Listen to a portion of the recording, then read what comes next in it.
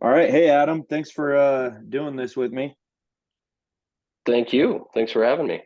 I'll do a quick introduction. Your name's Adam Archer, and you work for LGI Homes. Um, my first question will kind of go over what you do.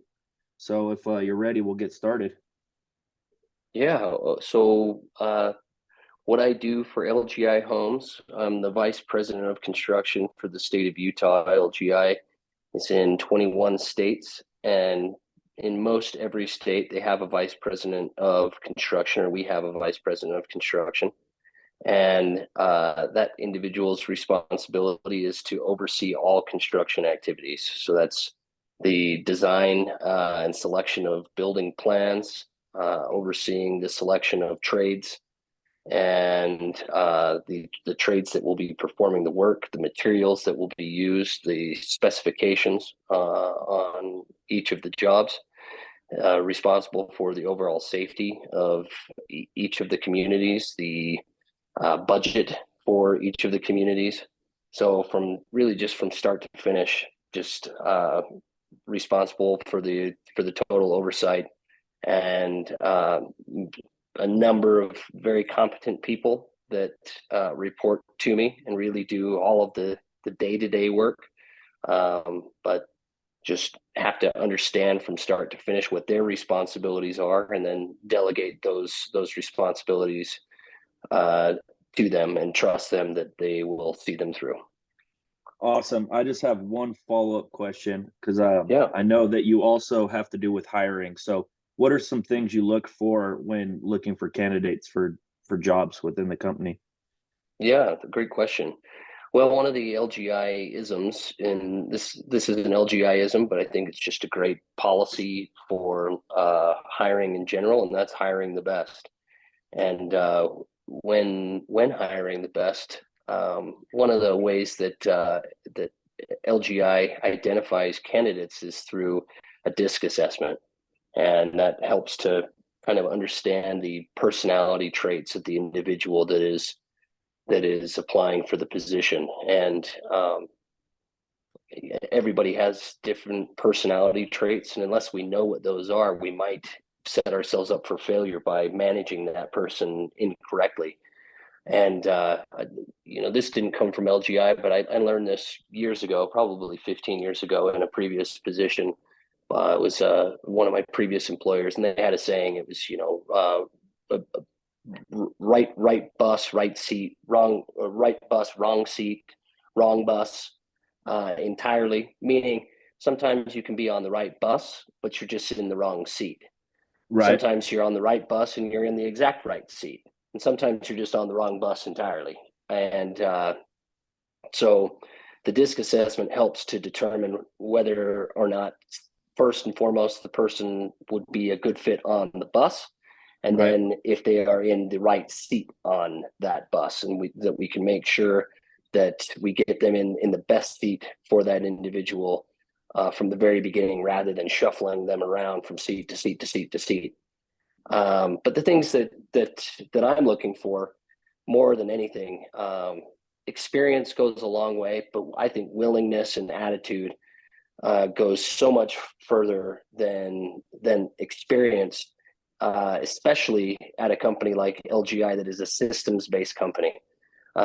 There's systems that are in place, and oftentimes somebody that has 20 to 30 years of experience in a systems based company, that can actually be a detriment to that individual because they're not open to doing things a different way, or open to just thinking outside of the box and maybe being willing to be taught that there is a different way of doing something. And so I think just a willing attitude, a team first attitude, a we first attitude instead of an I first attitude. Those are the things that I'm definitely looking for. And then a people focused individual, someone that realizes that every single person that they come in contact with, they are an individual. They have families, they have things that they are dealing with in their personal life, they have goals that they're working towards in their personal life.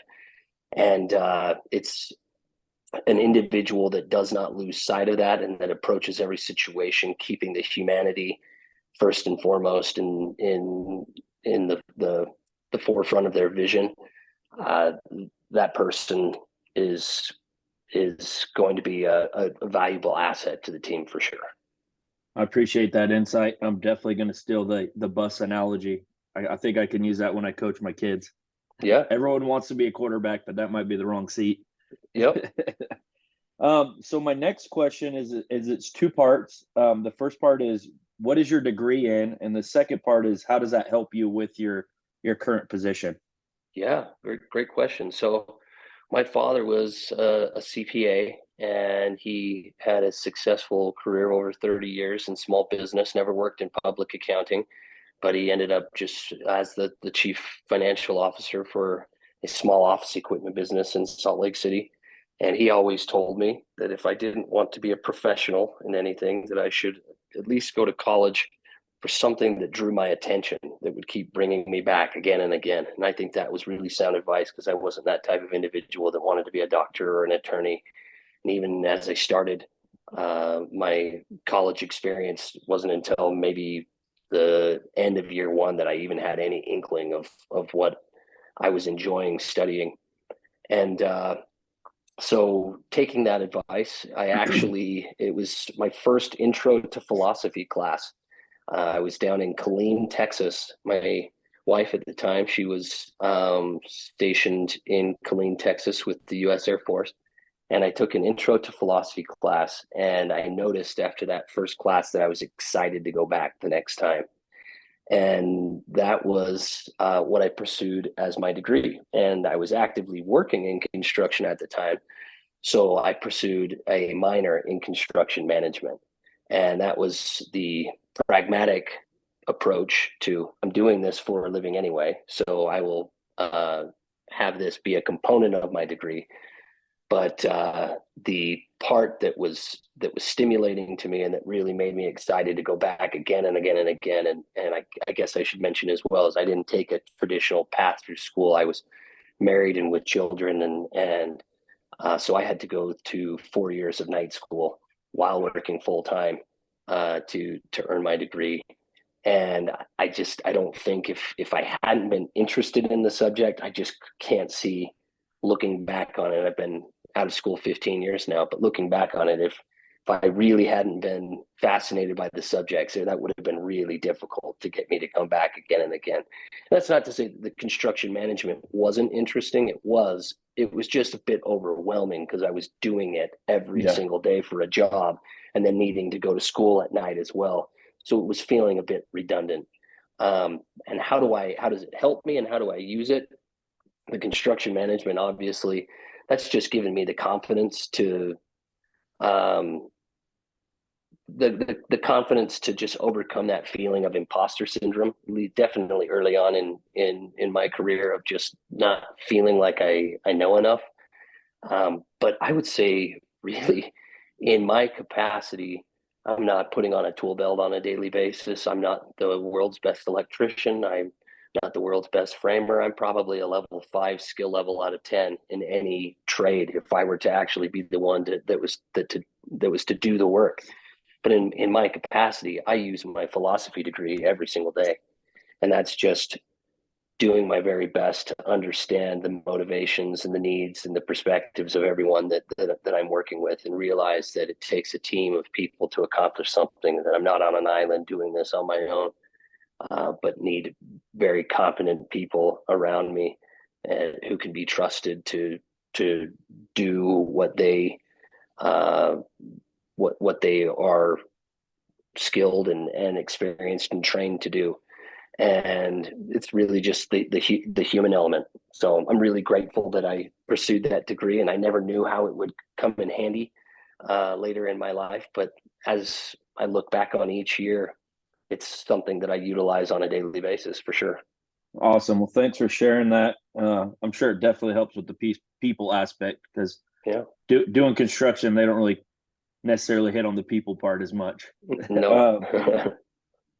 So we mentioned that you work for LGI Homes, and you gave us a couple of the little tidbits and things they use. My next question is what are the best aspects of your current employer? And I ask that so that when students are out looking for jobs, things that we should look for that are beneficial or enjoyable about a company.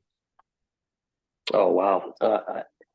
Well, I mean, I say this all the time. I know Julian has heard me say this, and I I don't say it to be hyperbolic in any way. I really mean it. I've started my career in 2003, first construction job in Killeen, Texas, working for a commercial contractor renovating barracks for the U.S. Army right as the Iraq War had kicked off.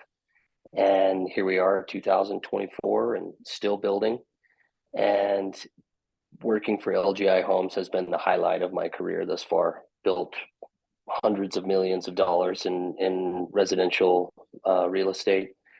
A lot of very interesting projects in commercial construction, but the culture of this company has been second to none. There's a lot of companies that talk about culture, and there's a big difference between talking about culture and living culture.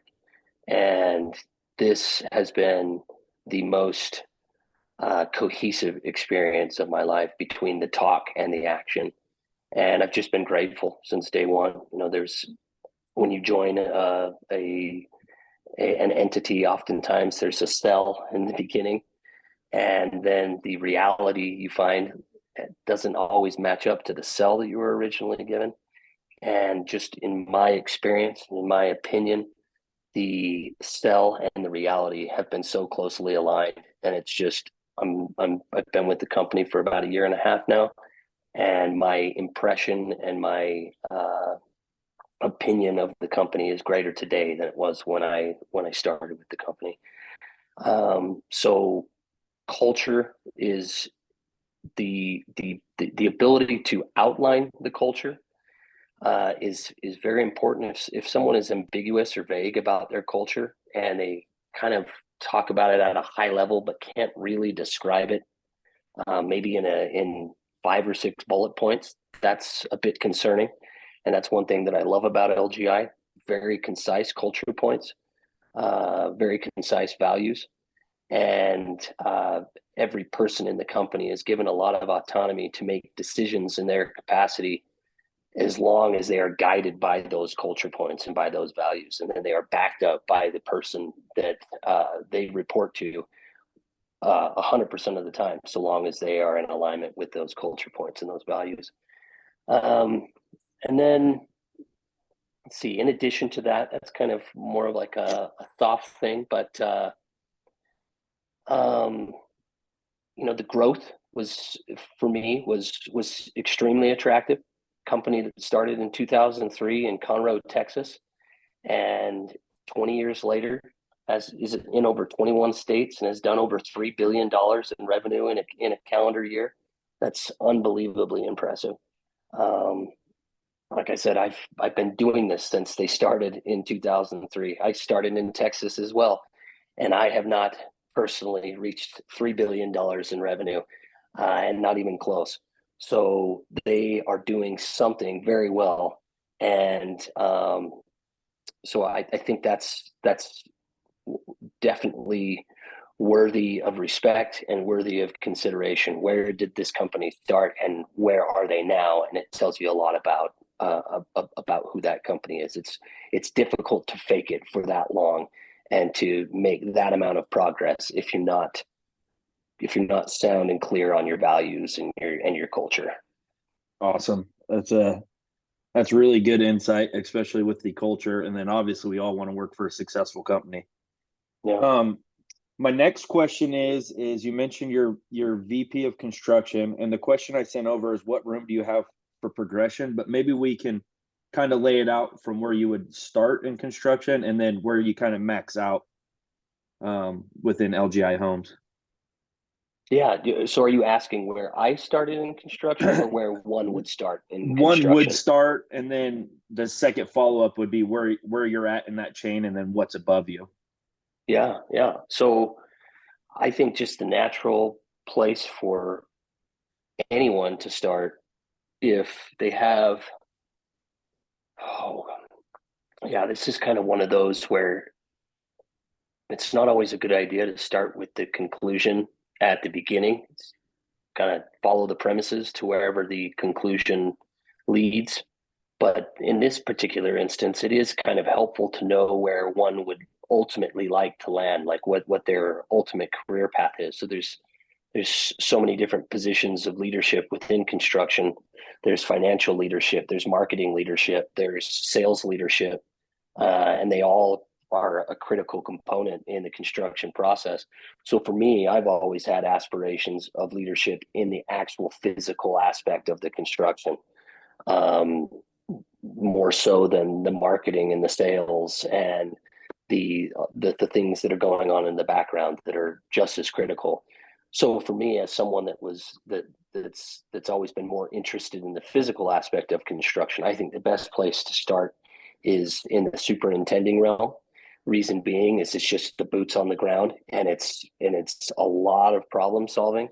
It's a lot of getting thrown into uncomfortable situations that are just new, and you always have someone that you can communicate with, usually a project manager or maybe a director of construction or a senior construction manager, senior superintendent.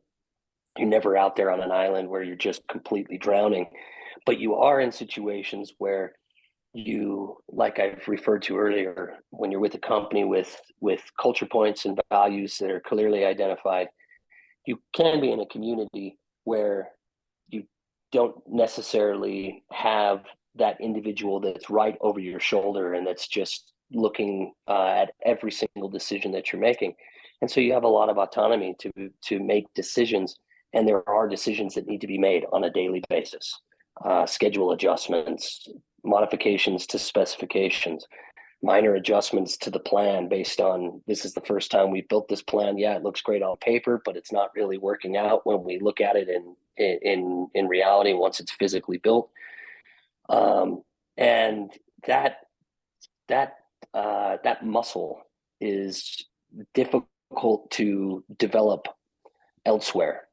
Being a superintendent and being out in the field and being faced with having to make those decisions on a daily basis is extremely helpful in developing that muscle, and it's such a fantastic opportunity to see construction from the very beginning to the very end. And I was having this conversation with someone just a couple weeks ago. It was actually about one of our trades that works for us, Julian, and down in not in your community, but in one of the other communities. And the feedback that I was giving this individual's employer was, we will gladly and happily work with this individual, no questions asked, because of their willing attitude. They're wonderful to work with. They're kind. They're receptive.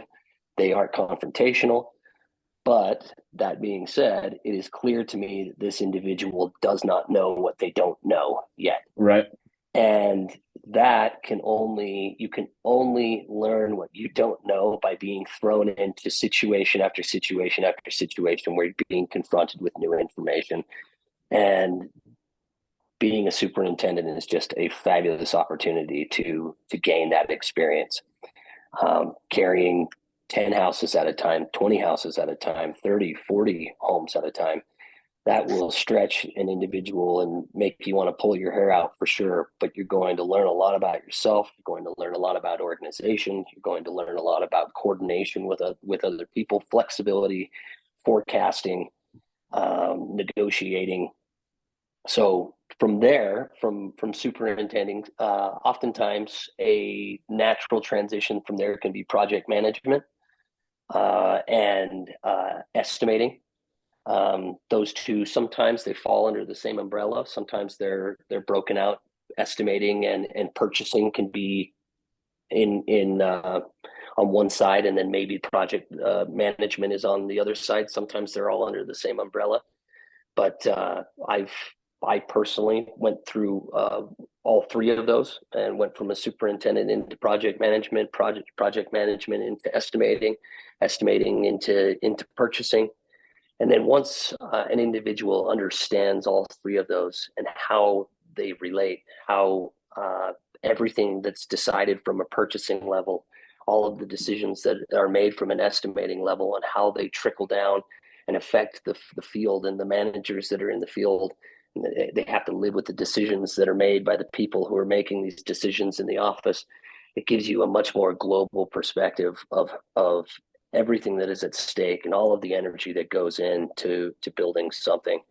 And I think the gift that comes from all of that experience is it makes that individual a lot more tolerant and a lot more considerate of everyone else that they are working with, because they have a greater understanding of of what it actually takes to perform those jobs. And then from there, the sky is the limit. I mean, once somebody understands all three or four of those different construction capacities, working in an operations capacity, working in an executive capacity as a vice president of construction or a president of construction activities. Of course, operations almost always entails an understanding of sales and a responsibility over sales management, and that's not necessarily a skill set that everyone who understands construction front to back, that they just naturally can segue into a sales capacity. But there is the experience that's gained from learning all of those different jobs and from working in those different capacities and just working with people through all of those different positions. It's, I think, surprising how natural someone can segue into the sales capacity, because it really just is about people. I mean, once you understand what makes and motivates people, sales is just another natural badge, I guess, if you will, that you can just sew onto the Boy Scout shirt. We both have a military background, and that's kind of the same. Once you hit senior NCO, it doesn't really matter what job you're doing. You're just managing the people. Exactly. Makes a lot of sense.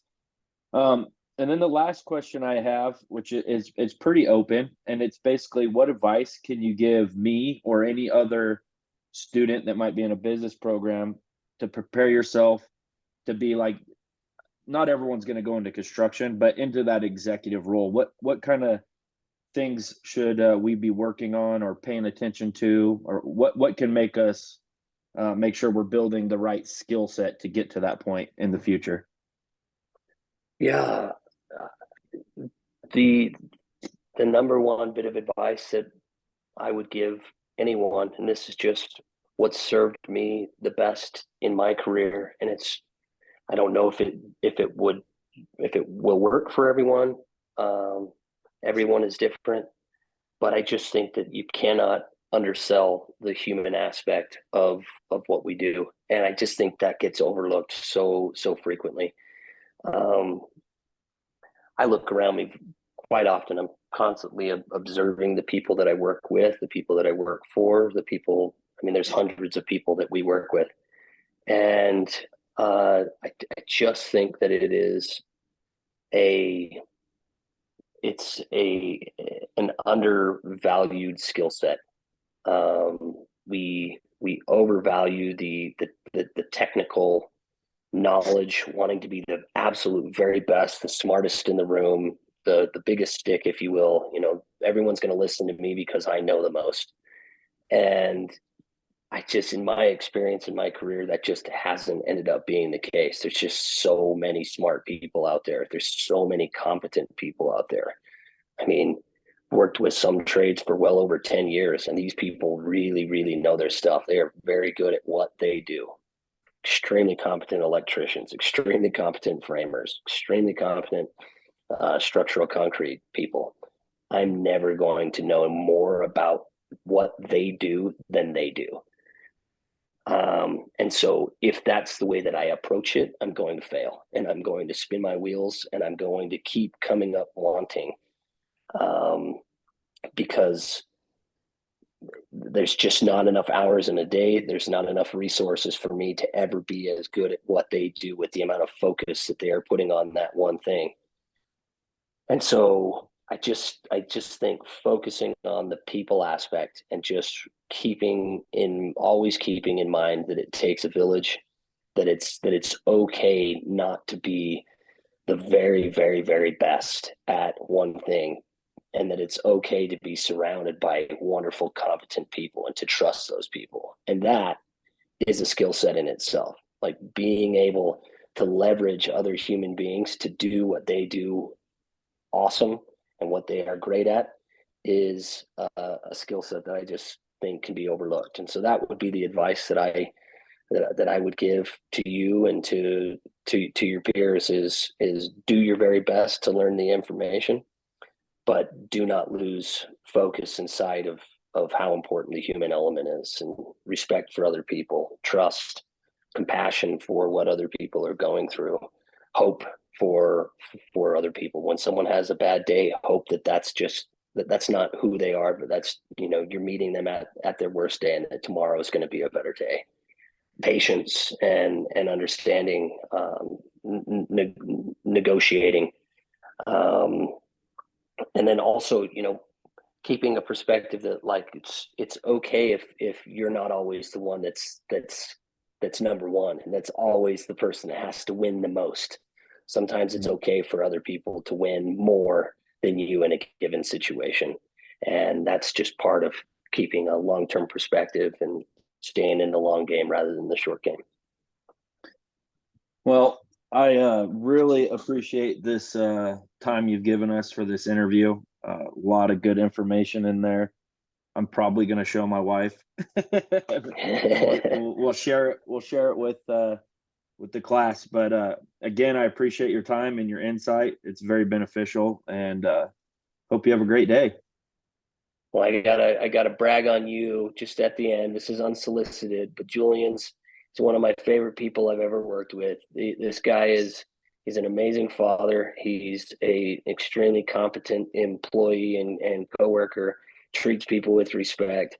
He's a wonderful husband. He's brave and really courageous, and he's one of the most disciplined people that I've ever met. So I know that he's got nothing but a bright future. So I'm really proud of him and proud of working with him. I appreciate it, Adam, and we'll talk soon. All right, man. See ya. See ya.